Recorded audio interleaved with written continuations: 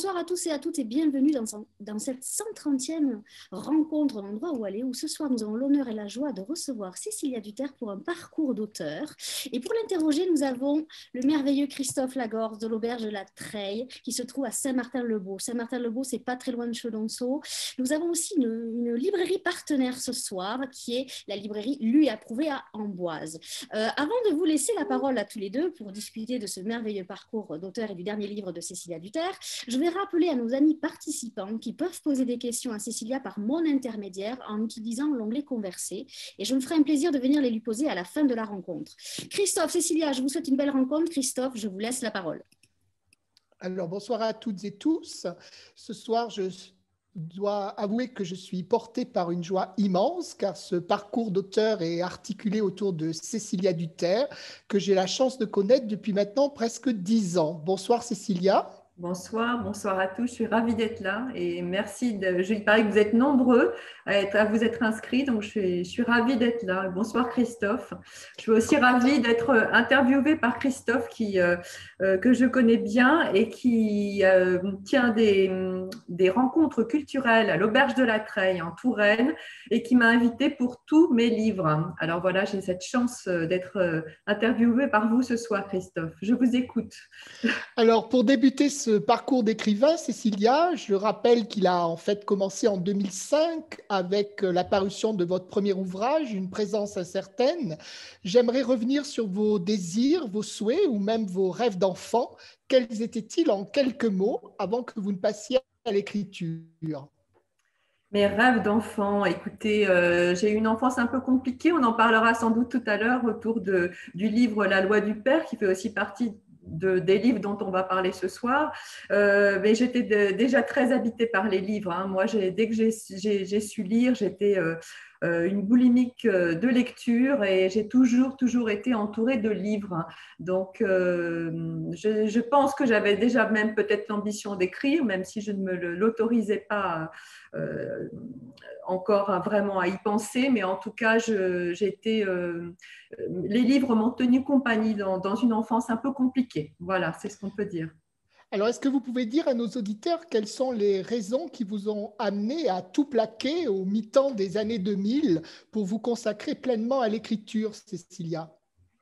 Eh bien, sans doute parce que dans mon métier de juriste, premier métier de juriste, puisque j'ai fait des études de droit et que voilà, je suis spécialisée en droit d'auteur, je travaillais plus d'une dizaine d'années dans des grosses administrations. Sans doute avais-je fait le tour déjà de ce métier et puis surtout, ça manquait beaucoup de créativité pour moi et j'avais sans doute quand même ce désir d'écrire profond et voilà, à la faveur de ma deuxième grossesse, je me suis mis en disponibilité pour peut-être pour voilà, aller vers ce désir profond justement de l'écriture. Donc, c'est bien ça, en 2005, vous publiez votre premier livre, Une présence incertaine.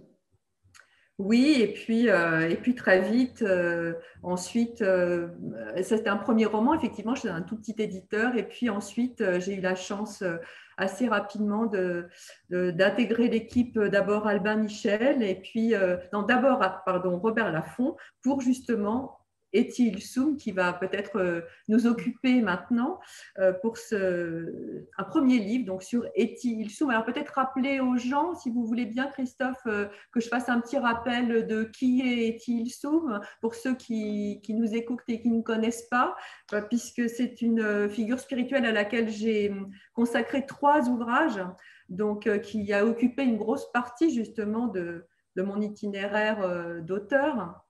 Alors, il faut rappeler qu'il y a quelques semaines, donc, aux éditions Talendier, Cécilia, dans la collection Texto, vous avez publié Etty Hillesum, Une voix dans la nuit, qui est en fait une réédition, et c'était votre premier livre paru aux éditions Robert Laffont. Alors, cette jeune Etty Hillesum, vous lui avez consacré, vous venez de le dire, 3 livres. Il faut rappeler qu'elle est née aux Pays-Bas, c'est ça, le 15 janvier 1914.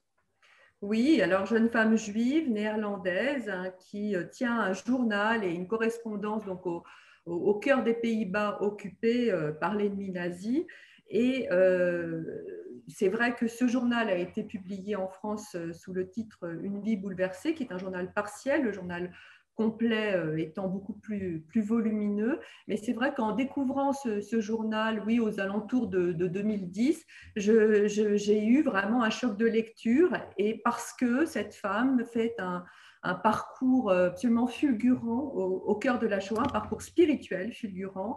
Elle découvre, partant d'un chaos important personnel, elle était dépressive, boulimique, elle était très mal dans sa peau. Elle fait une rencontre absolument spectaculaire dans sa vie, une rencontre qui va être On va en parler. décisive avec un psychothérapeute jungien qui va l'aider déjà à faire la paix avec elle-même, et puis qui, au cœur de la guerre et de cette tragédie de la Shoah qu'elle prend de plein fouet puisqu'elle est juive et qu'elle endosse le destin tragique du peuple juif, eh bien, il lui apprend à trouver au centre d'elle-même cette lumière, cette étincelle divine qu'elle va appeler Dieu, et qui va être un rempart contre la tragédie du quotidien, et qu'elle va conserver, c'est ça qui est très important. Jusqu'à la fin. Jusqu'à la fin, donc au sein des camps qu'elle va intégrer,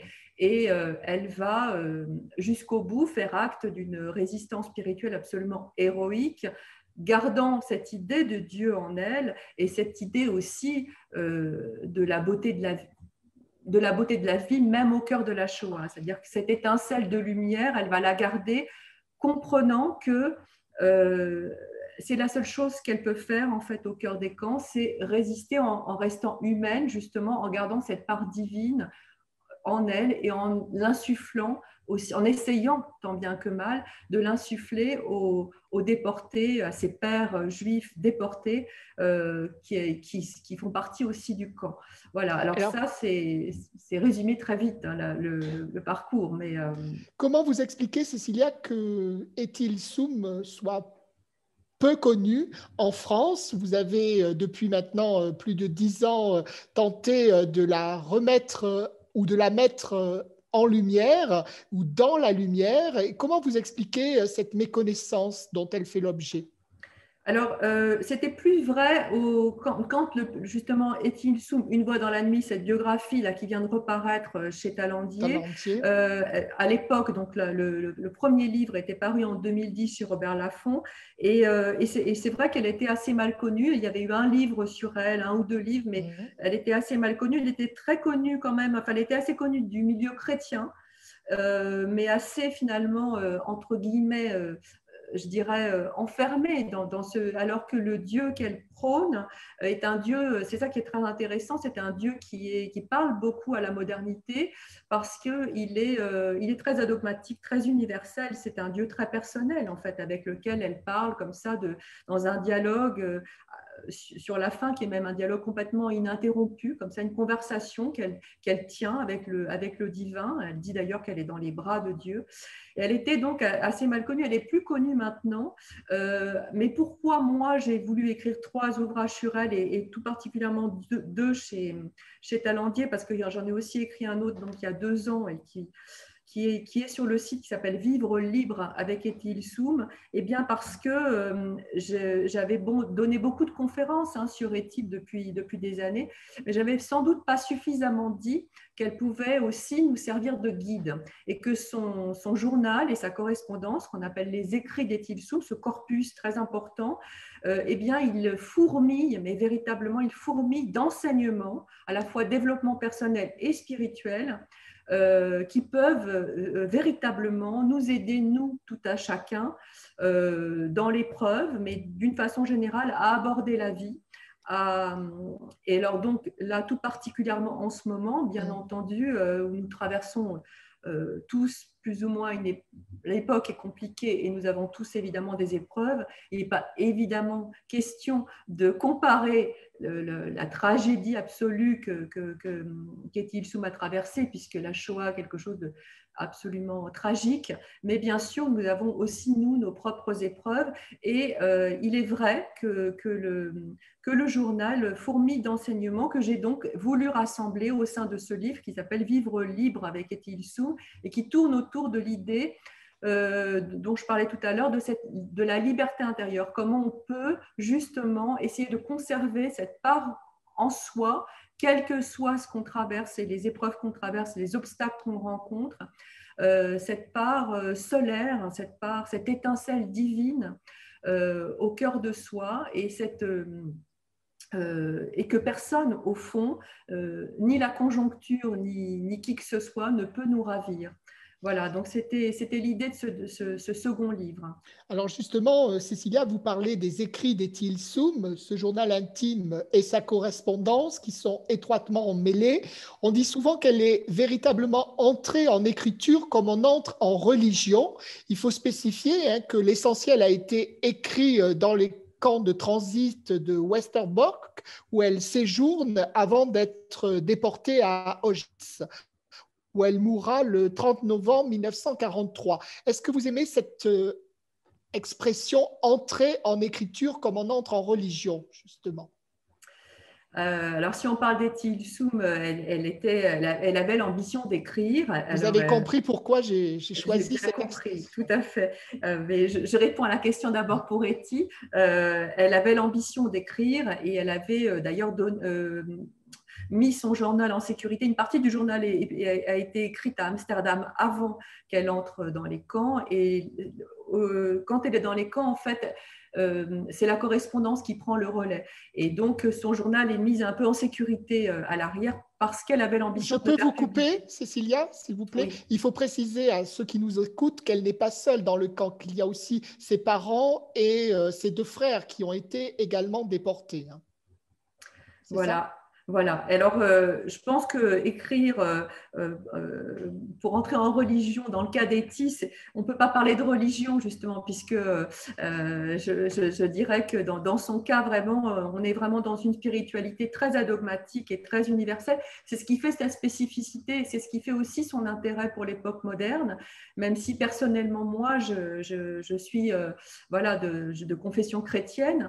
Là, en l'occurrence, pour Éti, il faut véritablement parler d'un Dieu beaucoup plus large justement et non religieux. Mais je sais que pour rebondir sur votre idée de est-ce que quand on entre en écriture, on entre en religion, je ne sais pas. Moi, je crois que l'écriture, pour moi, là je parle pour moi, c'est quand même une façon voilà, de se retrouver dans une intimité, dans une intériorité très profonde avec soi-même. Parce que écrire, c'est être sincère, c'est être le plus authentique possible.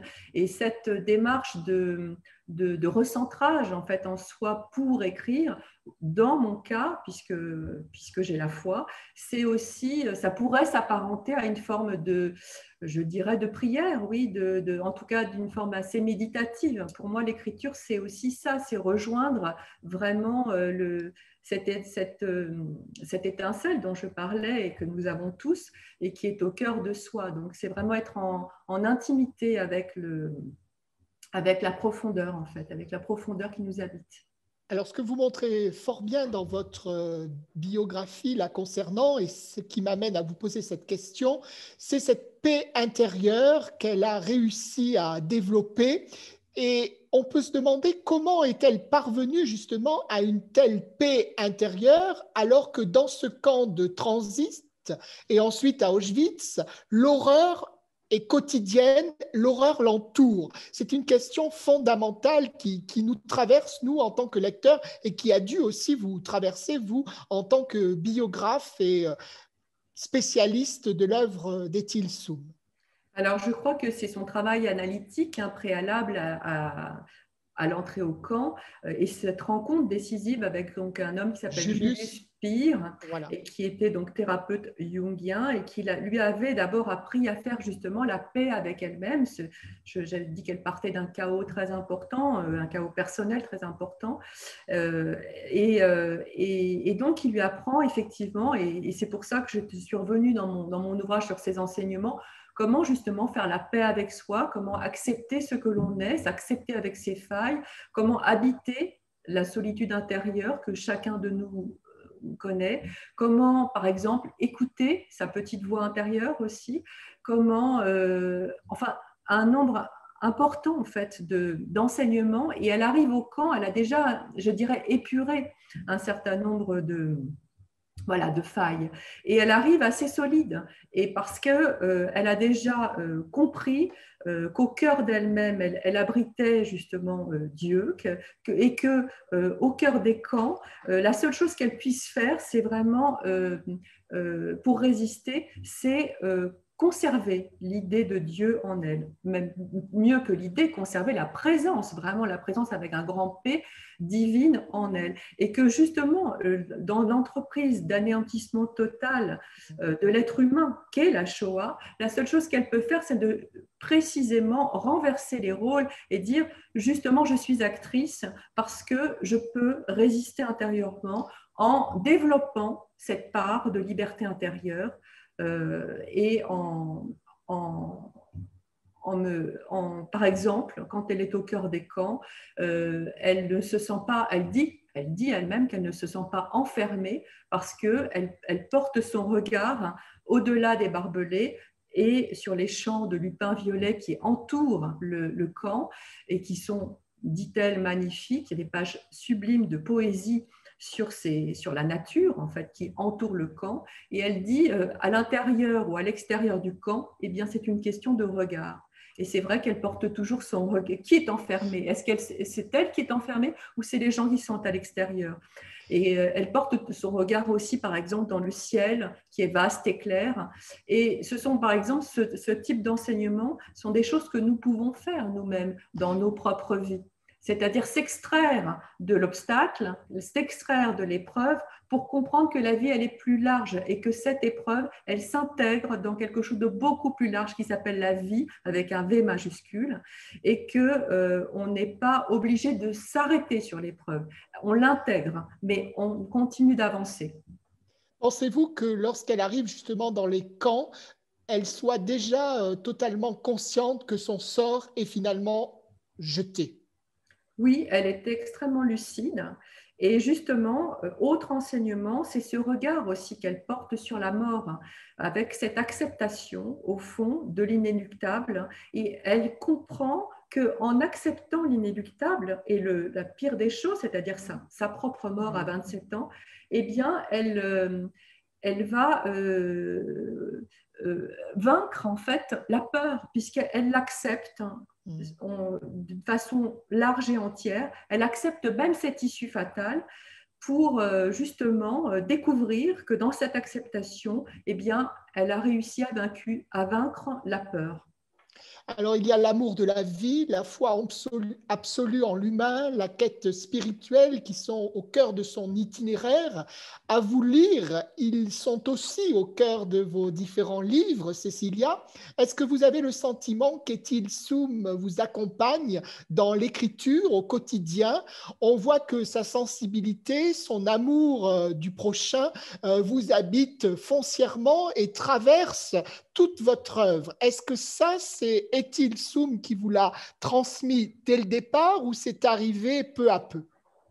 Je crois que c'est un tout. Beaucoup de questions. Quand on choisit une figure spirituelle et une figure spirituelle aussi finalement solaire qu'est-il Soum, elle ne peut que vous habiter, elle ne peut que vous accompagner. Et c'est vrai qu'elle a changé beaucoup de choses de mon regard sur la vie. Elle m'a fait comprendre beaucoup de choses. C'est aussi pour ça que je lui ai consacré 3 ouvrages, c'est qu'elle m'a tellement aidée que j'ai voulu aussi la mettre à la portée de gens qui n'auront peut-être pas envie de lire 1500 pages, parfois un peu touffues, parfois un peu, voilà, et donc de la rendre accessible, même s'il faut la lire, hein, pour autant, moi, j'invite tout le monde à lire son journal, mais c'est vrai que, parfois, il faut des petits ambassadeurs. Alors, je me fais, moi, ambassadrice d'une voix qui est bien plus grande que la mienne, mais si je peux effectivement la faire connaître, et par le biais aussi de l'association des Amis d'Étil Soum que je préside, et beaucoup d'adhérents ce soir, je crois, nous écoutent. Voilà, nous essayons tous, alors là, avec les adhérents, hein, je ne suis pas toute seule, et avec l'équipe de l'association des Amis d'Étil Soum, l'équipe du bureau directeur, de faire vivre cette parole et encore plus actuellement où précisément on est peut-être dans une époque et en ce moment une conjoncture où on pourrait avoir tendance à perdre un peu le sens des choses. Si Etil Soum a conservé le grand sens des choses au sein des camps, alors elle peut vraiment nous servir de guide dans une époque où parfois, c'est vrai, on a l'impression de vivre certaines absurdités, mais tout cela a sans doute quand même un sens. Et c'est surtout que le sens profond de la vie continue malgré nous. Et la vie, encore une fois, est beaucoup plus large que ce que nous traversons nous-mêmes en ce moment. Donc, vous diriez une boussole, un guide en ces temps plus que troublés.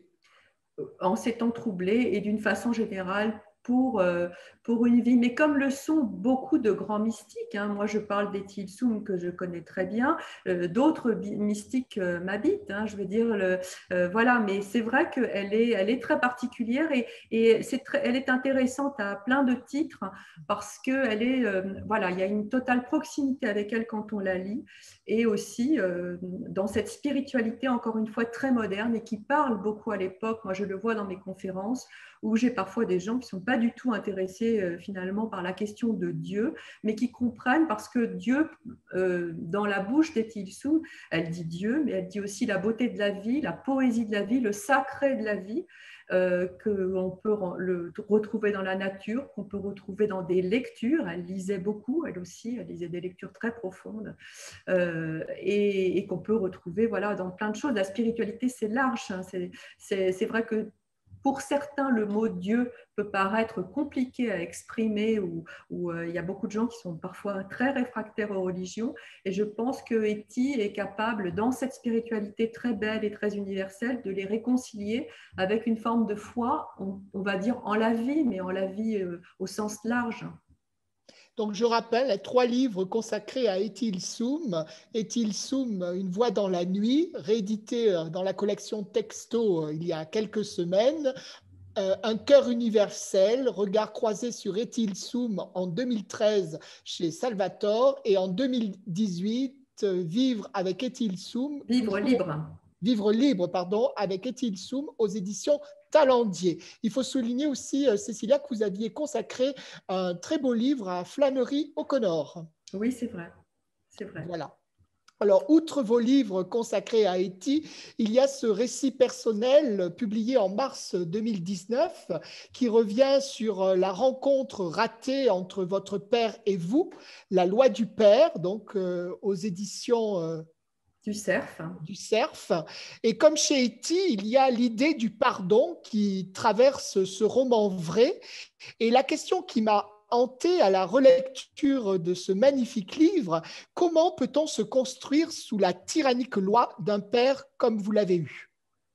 Ben, c'est l'objet du récit, en fait, qui est autobiographique. C'est vrai que j'ai découpé en fait le récit en différentes phases, hein, les différentes étapes par lesquelles je suis passée. Donc, la fascination de la petite fille pour ce père à la fois qui pouvait être gentil et à la fois très despotique, ce père un peu minotaure. Donc, cette fascination de la petite fille et puis la rébellion de l'adolescente face à ce père despotique, chaotique qui faisait vivre. C'est un livre aussi sur les violences intrafamiliales, hein, les violences dont j'ai été victime et à la fois témoin, les violences conjugales aussi, la rébellion, puis ensuite la scission en fait qu'il a fallu faire pour me construire comme femme, comme épouse, comme mère de 2 enfants. La transmission aussi, très importante chez moi, et c'est un thème qui est récurrent dans mes livres. Donc là, aussi, comment on se dégage de son histoire pour pouvoir transmettre, en fait, comment on se dégage de cette violence qu'on a pu avoir, dont on a été témoin et victime enfant, pour transmettre plus tôt, j'espère, de l'amour à ses enfants. Et alors, puis, ce qui est formidable dans ce livre, c'est qu'on voit que en fait, vous êtes passé du père poison au pardon.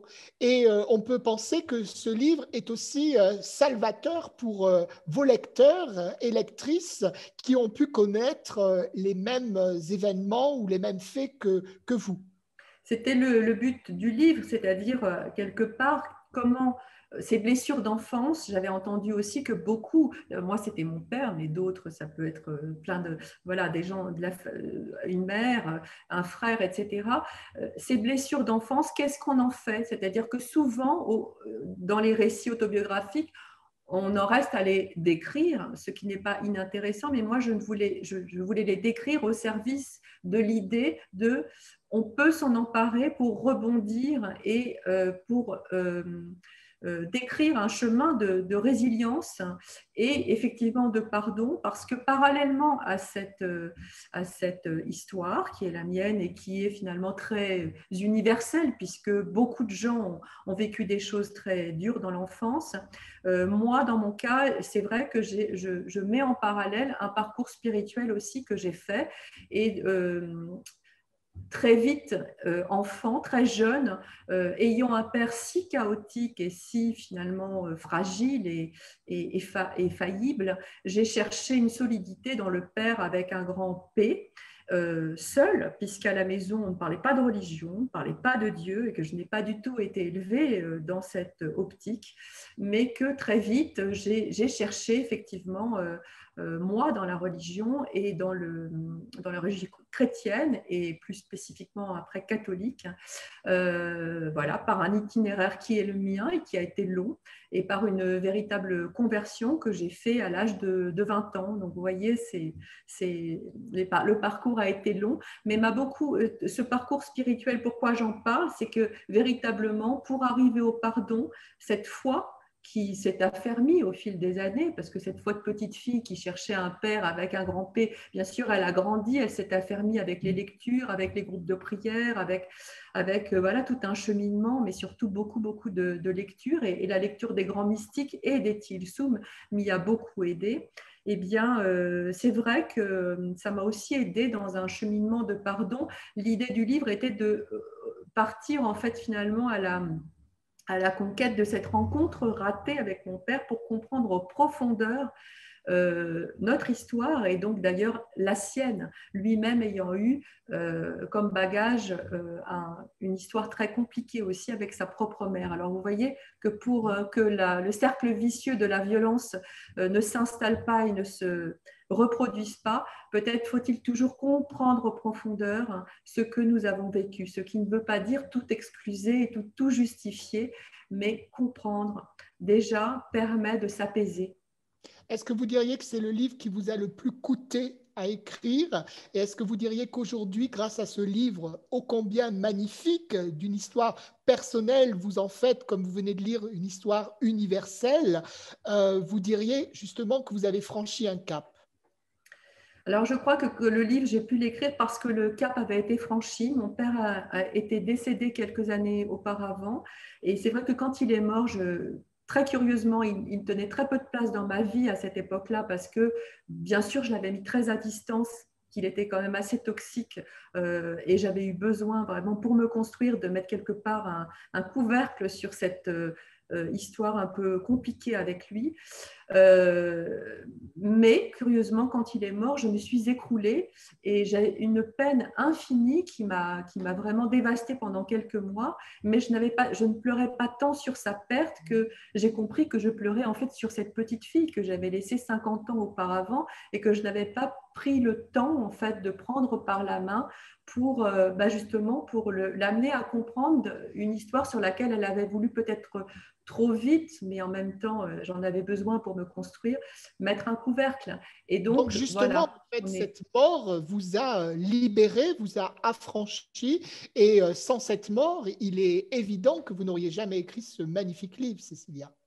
En tout cas, ce dont je peux témoigner, c'est qu'on peut se réconcilier avec nos défunts après la mort. Je ne parle pas de choses ésotériques, là. Je parle simplement qu'on peut faire vivre nos défunts, bien entendu, ça tout le monde le sait, par le cœur, par la tête et par le cœur, après la mort, hein, et que quand par hasard, et c'est toujours très douloureux, on s'est quitté fâché, ou avec une grosse encore colère en soi, ce qui était mon cas quand mon père est mort. Et je me suis rendu compte de cette violence qui m'habitait encore, de cette enfance mal digérée. Eh bien, il y a possibilité de continuer ce parcours après pour arriver à l'apaisement. D'abord, si ça n'était déjà que ça, ce serait déjà énorme. Mais même moi, dans mon cas, et je peux en témoigner, au pardon. Et c'est vrai que cette histoire ne m'habite plus comme avant. C'est-à-dire que j'ai fait beaucoup de cauchemars après la mort de mon père, et maintenant, quand je rêve par hasard de lui, rarement, ce sont des rêves très apaisés et même très beaux. Est-ce Donc que, voilà, comme un Irène message Frein, d'espoir. comme Irène Frein, vous diriez qu'il faut sans cesse penser à nos défunts, même de temps en temps, parler à nos défunts, se rappeler ce qu'ils étaient, ce qu'ils nous ont transmis? Est-ce que justement ça nous aide à affronter des épreuves comme celles que nous pouvons traverser depuis quelques mois? Bien sûr, alors on a tous des façons différentes de le faire. Hein. Moi, ça peut être par la prière, mais d'autres vont l'oraliser autrement. Ça peut être par mille choses, mais oui, on a à les faire vivre. Mais je crois que voilà, la voix du cœur, elle est très large, et parler au sens très large avec nos défunts, c'est penser à eux, c'est penser positivement à eux. Et puis, je crois aussi, moi personnellement, mais on n'est pas obligé de me suivre dans cette idée-là, mais je crois aussi qu'il nous aide et qu'il nous envoie des forces. Alors, je l'ai dit, la quête de spiritualité, le pardon, la foi en l'humain sont au cœur de votre œuvre. On y trouve aussi la thématique de l'identité, la quête de soi.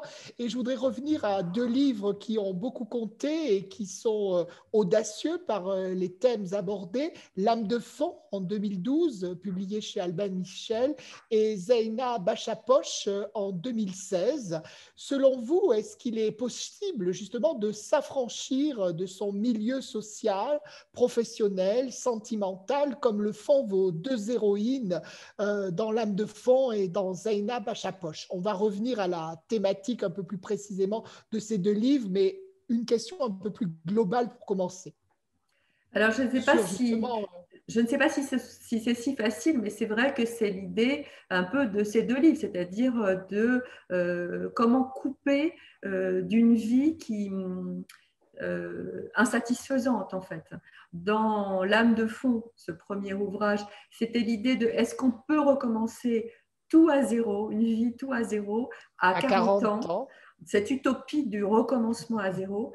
Alors, mon héroïne est une femme, a priori sur le papier, elle a tout, c'est une carrière woman, elle a tout réussi, elle a fait un beau mariage, elle a un enfant, elle a un super job. Et par le plus grand des hasards, mais le hasard existe-t-il, elle est en voyage d'affaires en Thaïlande, et elle est prise dans le tsunami de 2004. On s'en souvient, ce tsunami terrible.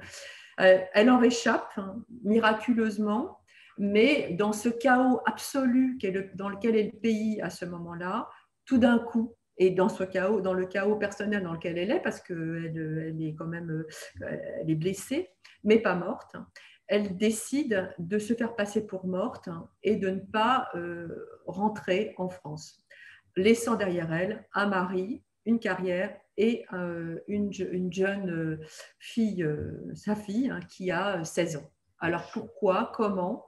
Et l'idée, c'est qu'elle va prendre une autre identité, ce qui est assez simple en fait à l'époque parce que le chaos du pays le permet, et elle va partir à la conquête d'une seconde vie qui va être faite d'aventures et de voyages et de rencontres surtout, qui vont lui faire comprendre un certain nombre de choses sur la vie et sur elle-même. Et on va comprendre progressivement dans le livre pourquoi elle a quitté, quelles sont les failles sur lesquelles sa vie était construite et ce vers quoi elle va aller. Mais c'est vrai que pour revenir au thème dont vous parliez, c'est vrai que c'est un thème c'est un roman qui parle de la quête d'identité, de la quête de soi et de la liberté et qu'est-ce qu'on fait de nos vies. Et de l'utopie aussi, du recommencement. Peut-on tout recommencer en effaçant un passé de 40 années? Donc, ce qu'on voit bien dans ces deux livres, chez vos deux héroïnes, Zeina et Romane, c'est qu'elles arrivent à faire sauter toutes les chaînes pour commencer une autre vie. Et justement, puisqu'on parle de chaînes, d'emprisonnement, d'une certaine façon, un emprisonnement moral, religieux, on en arrive à Zeina, cette jeune Afghane née à Kaboul, qui refuse la prison à laquelle elle était destinée. Elle est en fait une bâche à poche. Alors, est-ce que vous pouvez nous dire quelques mots de ces fameux ou fameuses, je ne sais comment on doit dire, bâche à poche? Est-ce que ce sont des filles? Est-ce que ce sont des garçons? Expliquez-nous. Oui, alors les bâches à poche, c'est une coutume. Je vous provoque un petit peu. Non, non, mais vous avez raison. C'est toujours, on est dans le thème du genre et de l'identité, là, en plein dedans. Hein. En Afghanistan, il y a une coutume assez courante qui s'appelle les bâches à poche. Dans les familles où il n'y a pas d'hommes, surtout chez les Pashtuns, les femmes ne peuvent pas sortir de la maison sans être chaperonnées d'un homme. Et quand il n'y a pas d'homme, par exemple, quand le père est mort, ce qui est le cas dans la famille de Zeina, ma petite bâche à poche, eh bien, il n'y a pas de garçon. Et dans ces familles-là, on prend la plus jeune enfant de la famille, en l'occurrence Zeina, elle est toute jeune, elle a 4 ans, on la rebaptise d'un prénom de garçon, on l'habille comme un garçon, et du coup, cette petite fille devient un garçon aux yeux de tous, dans une hypocrisie totale, puisqu'évidemment les voisins savent au départ qu'elle est une fille, mais on fait semblant que c'est un garçon, et elle vit une vie de garçon. Cette coutume, elle est très répandue, hein, et elle permet donc, puisqu'elle est devenue garçon artificiellement, aux femmes de la famille de sortir de la maison, du coup elle les chaperonne, et de pouvoir subsister en fait, en vendant par exemple au marché des aliments, etc. Et cette donc petite jusqu'à l'adolescence, hein, Cécilia. Voilà, alors cette petite bâche à poche, en l'occurrence, alors à l'adolescence, ça c'est la coutume, évidemment les formes de la jeune fille la trahissent, et là elle est obligée de reprendre son identité féminine. Et moi, j'ai inventé, ça c'est la coutume classique, et moi j'ai inventé l'histoire d'une petite bâche à poche rebelle qui s'appelle donc Zeina, et qui refuse en fait qui refuse de reprendre en fait l'habit de fille, puisqu'elle a goûté à la liberté d'être un garçon. Quand on est un garçon en Afghanistan, c'est quand même beaucoup plus simple que quand on est une fille, et qui va donc, par des biais très détournés et compliqués, je ne peux pas expliquer là parce que ce serait trop long, se retrouver en France et être découverte par un photographe qui découvre en elle vraiment des traits très féminins, qui découvre que c'est une fille, bien qu'elle soit toujours en garçon, qui découvre que c'est une fille, et qui, autour de cette histoire qui apparaît très énigmatique en Occident et très quelque part savoureuse, va en faire une top modèle. Et l'idée, c'était de montrer les deux destinées, c'est-à-dire qu'elle a fui un enfermement terrible de ce qu'est la condition féminine en Afghanistan. Elle a fui cette horreur pour arriver en France et pour finalement retrouver un enfermement très différent. Bien sûr, c'est impossible de comparer.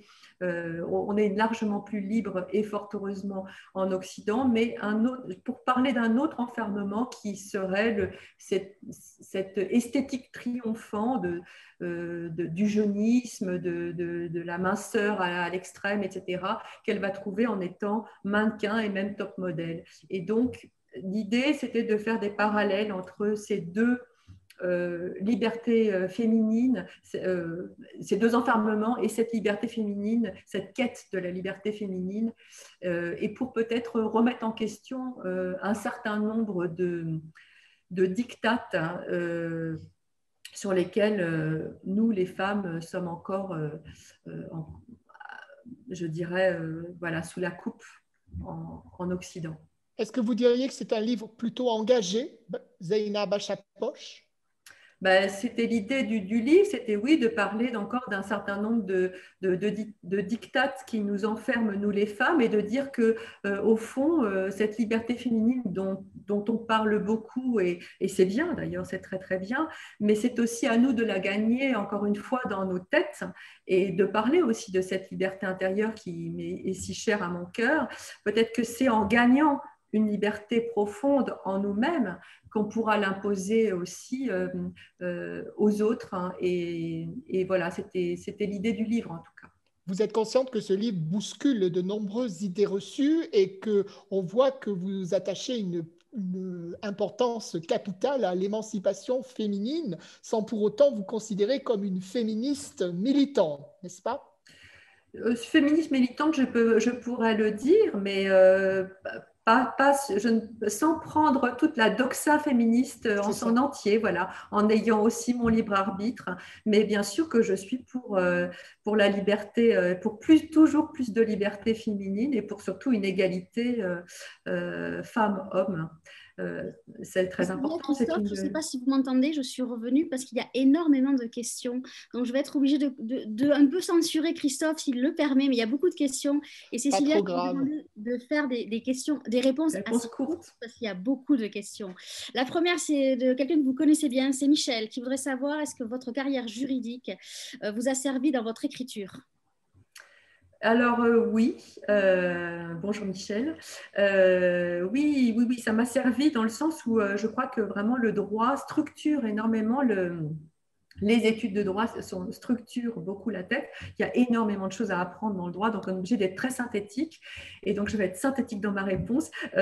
Oui, ça m'aide pour structurer mes livres, alors surtout dans les essais. Pour aller au cœur de l'information, trouver vite et pouvoir synthétiser ce que je veux. Et puis aussi dans les romans pour les structurer dans l'intrigue. Ça m'a beaucoup aidé, oui. Mais dans la structure mentale que ça implique. Alors, Jean-Claude, bonsoir Cécilia et Christophe. Merci tout d'abord de cet échange qui me met du baume au cœur. En tant que juriste et auteur aujourd'hui, que vous inspirent les réseaux sociaux où la responsabilité éditoriale n'existe pas, on le voit bien en tout cas le plus souvent, tant chez les auteurs des propos de ceux qui les diffusent? Une question qui m'interpelle aussi en tant qu'ancien journaliste. Oui, moi je suis d'accord avec ce que vous dites. Moi je ne suis vraiment pas une femme de réseaux sociaux. Hein. Je me suis mis depuis très peu de temps, c'est-à-dire 2 mois peut-être sur LinkedIn, mais je n'ai pas d'autres réseaux sociaux. J'ai un site et je ne suis pas hyper fan des réseaux sociaux, bien que quand même je suis fan quand c'est par exemple pour des choses comme on fait ce soir. Je trouve que la technique Internet est absolument merveilleux et nous permet dans une période de confinement comme aujourd'hui par exemple d'être tous reliés et de pouvoir communiquer. Quand c'est ça, c'est fabuleux. Après, si c'est pour souvent en plus une forme d'anonymat parce qu'on a tous des pseudos, pouvoir dire tout et son contraire, avoir un avis non autorisé sur tout, je n'en vois pas moi personnellement je n'en vois pas l'intérêt, donc je suis pas pas tellement, je ne suis pas très réseaux sociaux. Alors, Jean-Marie, lui, voudrait savoir si un jour vous venez à retrouver là-haut votre père, qu'aimeriez-vous lui dire? Que je l'aime profondément, malgré cette histoire compliquée qui a été la nôtre et cette rencontre manquée. Peut-être que nous pourrons enfin nous rencontrer en vérité. Mais nous nous sommes déjà rencontrés en vérité depuis sa mort. Alors, on va enchaîner. Après, merci d'avoir répondu parce que ce n'était pas évident non plus.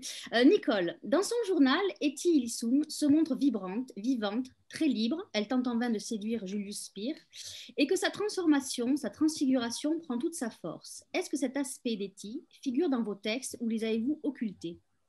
Non, justement, ça figure tout à fait dans mes textes et c'est précisément parce que je trouvais que, à la fois dans le journal partiel qui est publié sous le titre Une vie bouleversée et dans un ou deux ouvrages que j'avais lus d'elle, j'avais trouvé que ça avait très, très édulcoré cet aspect charnel.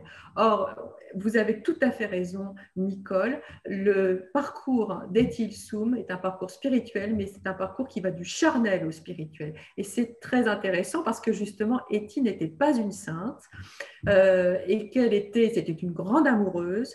Qu'elle était non seulement très amoureuse de son thérapeute, mais ça, on peut dire que c'est l'effet du transfert aussi analytique, mais elle était aussi une femme qui aimait les hommes en général et très avant-gardiste d'ailleurs dans ses mœurs avant l'heure, très féministe avant l'heure aussi. Et moi, je n'occulte pas du tout cette part-là d'Etty, c'est celle qui me la rend justement, cette terrienne qu'elle était, me la rend très proche. Et je crois que c'est parce que justement, elle n'a pas trouvé dans l'amour humain toute cette quête qu'elle avait et qu'elle ne l'a qu'elle a trouvé dans l'amour divin, mais c'est ça qui est intéressant chez Etty. C'est vraiment parce que l'amour humain n'a pas comblé ce vide existentiel abyssal dans lequel elle était, qu'elle a été chercher plus loin et qu'elle a ouvert l'amour humain en cercle concentrique à l'amour d'abord des autres, de l'humanité, puis à l'amour de Dieu. Donc, vous voyez, c'est très intéressant comment on peut partir de ce que l'on connaît. L'amour humain, c'est très beau, l'amour humain, mais c'est vrai qu'on peut aussi l'ouvrir à l'autre en général, à l'humanité, et puis ensuite, effectivement, pour ceux qui veulent, à ce qu'on appelle Dieu, mais qu'on peut dire le cosmos, on peut dire la beauté de la vie, la poésie de la vie. Voilà, plein de mots pour parler d'une réalité spirituelle très large. Alors, Jean-Claude, encore une question. Écrire n'est-il pas tout le contraire d'entrer en religion, puisque écrire est la porte ouverte à la totale liberté? Oui, si on voit les religions comme un carcan, je vois le sous-entendu. Vous avez raison, moi je ne trouve pas ça très joli, effectivement. De toute façon, entrer en religion, je ne sais pas tellement ce que ça veut dire.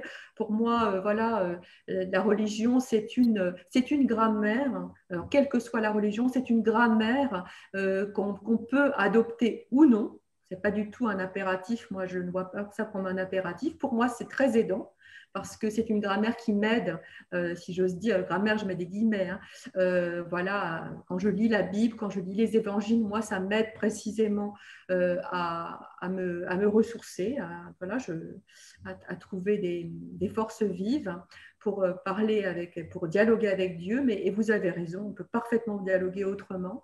Et écrire, non, moi je crois que c'est, encore une fois, aller au cœur de l'intime, se ressourcer aussi en soi, aller vraiment dans une profondeur de soi. Et on a tellement l'habitude tous dans nos vies à vivre dans cette espèce de surface qui est aussi la vie. Hein. Mais la vie, c'est surface et profondeur. Et on oublie parfois que voilà, visible et invisible se nourrissent l'un de l'autre, matériel et immatériel. Alors, une question de Nadine. Diriez-vous que la foi a joué pour elle dans les camps le rôle que l'art a joué pour d'autres? Peut-être, sûrement. Je crois qu'on parle en fait de la même chose, l'art. Hein. Quand on dit la poésie de la vie, la beauté de la vie, l'art en fait partie.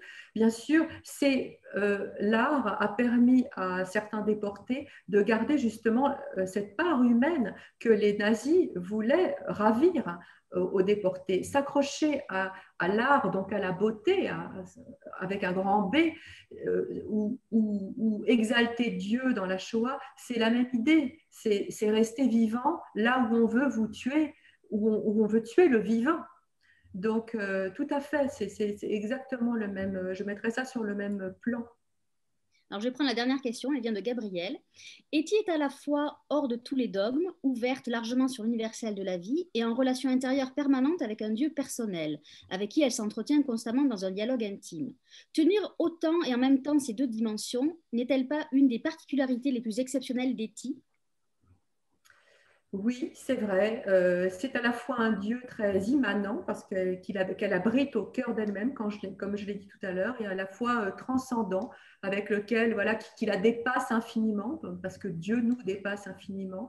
Et c'est tout le temps ce double dialogue qui est magnifique. Hein. Vraiment, je vous invite à la lire. Il y a des pages absolument somptueuses, hein, malgré le contexte tragique. Elle écrit des pages somptueuses sur cette conversation avec Dieu. Et oui, c'est vraiment un parcours étincelant au cœur d'une période, une des périodes les plus obscures, sinon la plus obscure, en tout cas, du XXe siècle. Alors, Patrick, sur le fil, je pose la dernière question parce qu'après, sinon, on va être pris par le temps. Alors, pour en revenir à la loi du père, la relation post-mortem de Cécilia avec son père relève-t-elle du pardon ou de la réconciliation?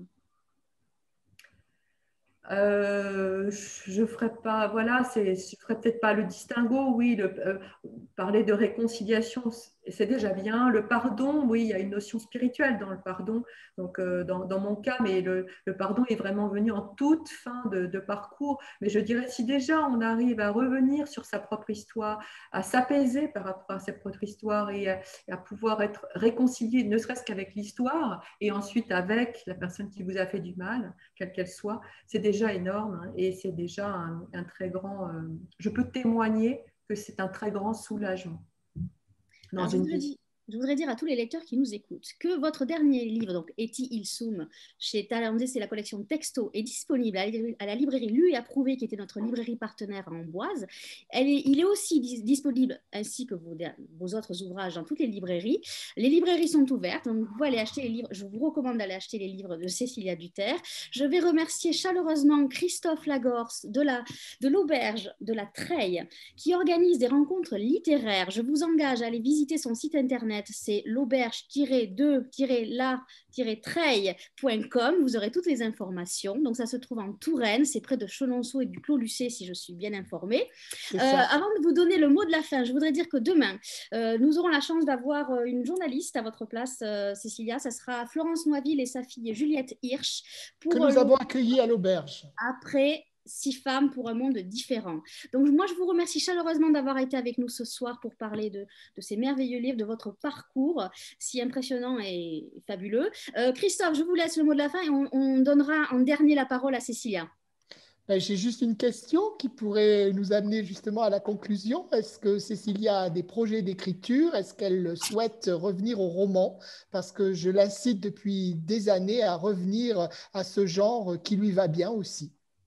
Eh bien, votre vœu est exaucé puisque mon prochain roman paraîtra en septembre 2021 chez Talandier.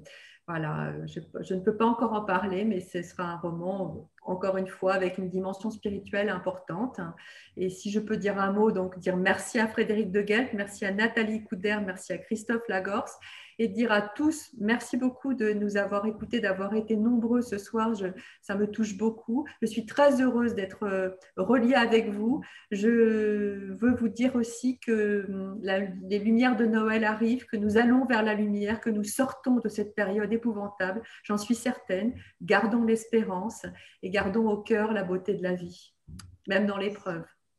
Merci pour cette belle Merci beaucoup. Prenez soin de vous et à très vite. Et j'espère qu'on se retrouvera tous à l'auberge de la Treille très bientôt. Je vous souhaite une belle soirée.